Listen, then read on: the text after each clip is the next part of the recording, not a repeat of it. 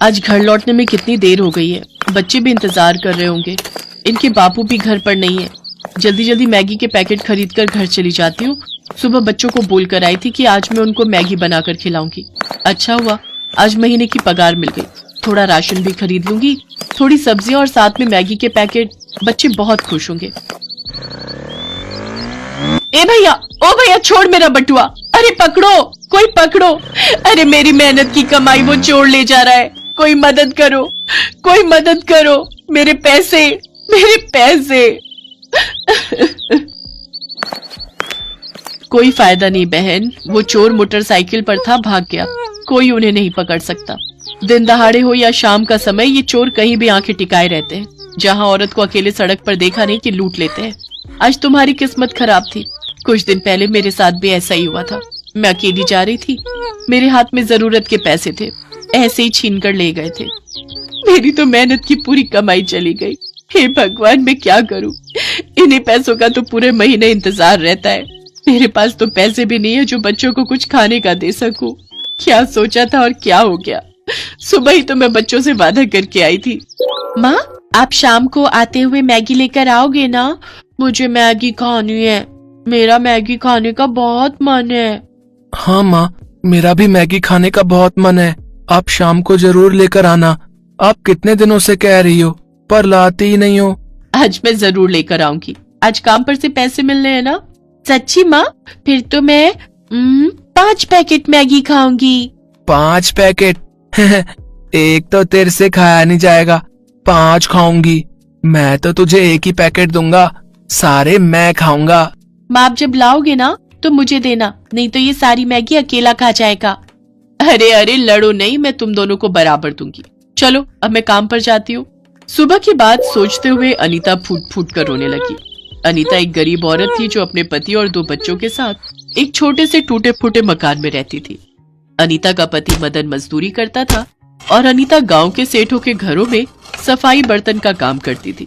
गांव में मजदूरी का काम मिल नहीं रहा था, इसलिए मदन पास के गांव में मजदूरी के लिए गया हुआ था और कुछ दिन से लौटा नहीं था। एक तरफ अनीता को उसकी भी चिंता थी, तो दूसरी तरफ आज उसके पैसे चोरी हो गए।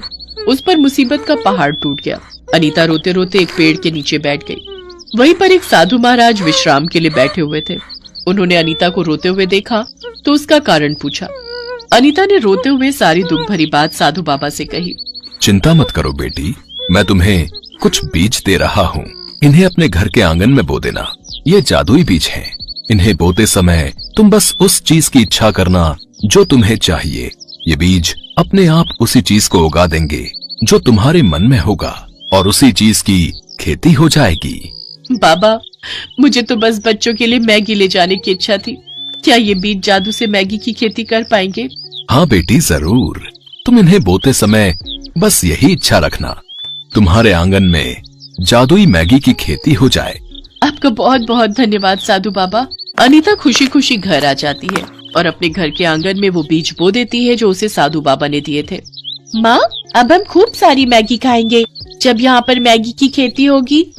हाँ बच्चों, अब हम खूब सारी मैगी खाएंगे, बस हमें कल सुबह का इंतजार है। अगले दिन सुनीता के दोनों बच्चे जल्दी जल्दी उठ गए क्योंकि उन्हें तो मैगी का इंतजार था। बच्चों की खुशी का ठिकाना नहीं था। वो खुशी से उछल पड़े जब उन्होंने देखा कि उनके घर के आंगन में खूब सारी मैगी की पैदावार हो गई है। पेड़ों पर मैगी की फसल लहरा रही थी। बच्चे खुशी से अनीता को आवाज लगाते हैं। माँ, माँ देखो, हमारे आंगन में मैगी उगाई है, बहुत सारी मैगी।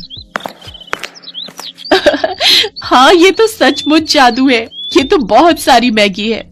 अनीता के आंगन में मैगी के पेड़ देखकर आसपास के बच्चे भी वहाँ इकट्ठे हो जाते हैं। अनीता उन सभी बच्चों को मैगी बांट देती है। ये लो बच्चों, तुम भी लो, तुम भी अपने घर जाकर मैगी खाना, मेरे पास बहुत सारी मैगी है। अनीता जब गांव के बच्चों को मैगी बांटती है तो ये बात गांव के कुछ दुकानदारों को खटकने लगती है, क्योंकि वो तो अपनी दुकान पर मैगी बेचते थे। पर जब बच्चों को मुफ्त में मैगी मिलने लगी तो बच्चों ने उन दुकानदारों से मैगी खरीदनी बंद कर दी। ये बात गांव के दुकानदारों को पसंद नहीं आई और उन सब ने मिलकर एक योजना बनाई। सरजू भाई, हमें कुछ करना होगा। ये अनीता और उसका पति तो मैगी का बड़ा व्यापार खोलेंगे, फिर हमारी कमाई नहीं होगी। बच्चे तो हमारी दुकान से ही मैगी खरीद कर खाते हैं। अब बच्चों की पसंद की चीज मैगी अगर ये मुफ्त में बांटने लगे तो हमारी कमाई कैसे होगी भैया? कुछ सोचो, जल्दी सोचो। मेरे पास एक उपाय है, हम सब मिलकर जो है इसकी सारी फसल को बर्बाद कर देंगे, जला देंगे बस। उसके बाद इसके आंगन में कोई मैगी नहीं होगी।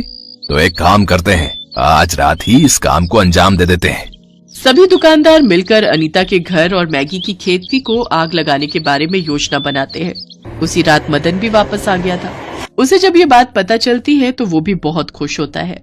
अनीता, मैं सोच रहा था कि हम मैगी का व्यापार शुरू करें। हम गरीब बच्चों को तो बांटेंगे ही, साथ ही इस मैगी को शहर में बेचकर हम कमाई भी कर सकते हैं, ताकि हम गांव में उन पैसों से अनाथ आश्रम, वृद्धाश्रम और गरीबों के रहने के लिए घर बनवा सकें, ताकि इस गांव की गरीबी दूर हो जाए। हाँ, ये तुम बहुत सही कह रहे हो। हम गांव में स्कूल भी बनवाएंगे, ताकि हमारे बच्चों के साथ साथ गांव के सभी गरीब परिवारों के बच्चे पढ़ लिख कर खूब बड़े आदमी बने, खूब अच्छी नौकरी लगे। हमें बहुत कुछ करना है जी। मदन और अनीता आने वाली भविष्य की योजनाओं पर बात करते हैं। जब आधी रात को सब गहरी नींद में थे, तब सभी दुकानदार आग लगाने के लिए वहाँ पहुँचते हैं, पर वो चौंक जाते हैं। वहाँ पर तो कोई मैगी की खेती ही नहीं थी, केवल जमीन ही थी, वो भी खाली जमीन। मैगी के पेड़ गायब थे। यहाँ तो कोई मैगी नहीं उग रही, हम आग किसे लगाएंगे, खाली जमीन को? तभी वो साधु बाबा वहाँ आ जाते हैं। बेईमान और ईर्ष्यालु लोगों को ये फसल दिखाई नहीं देगी, ये उन्हीं को दिखाई देती है जो दयालु और ईमानदार होते हैं।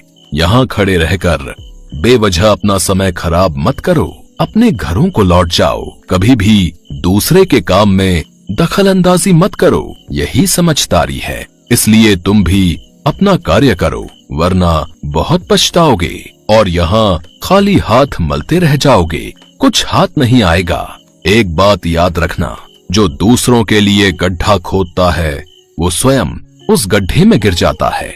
इसलिए सदैव अच्छे काम करो।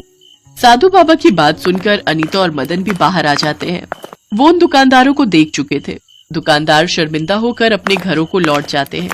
साधु बाबा, एक बार फिर से आपका बहुत बहुत धन्यवाद।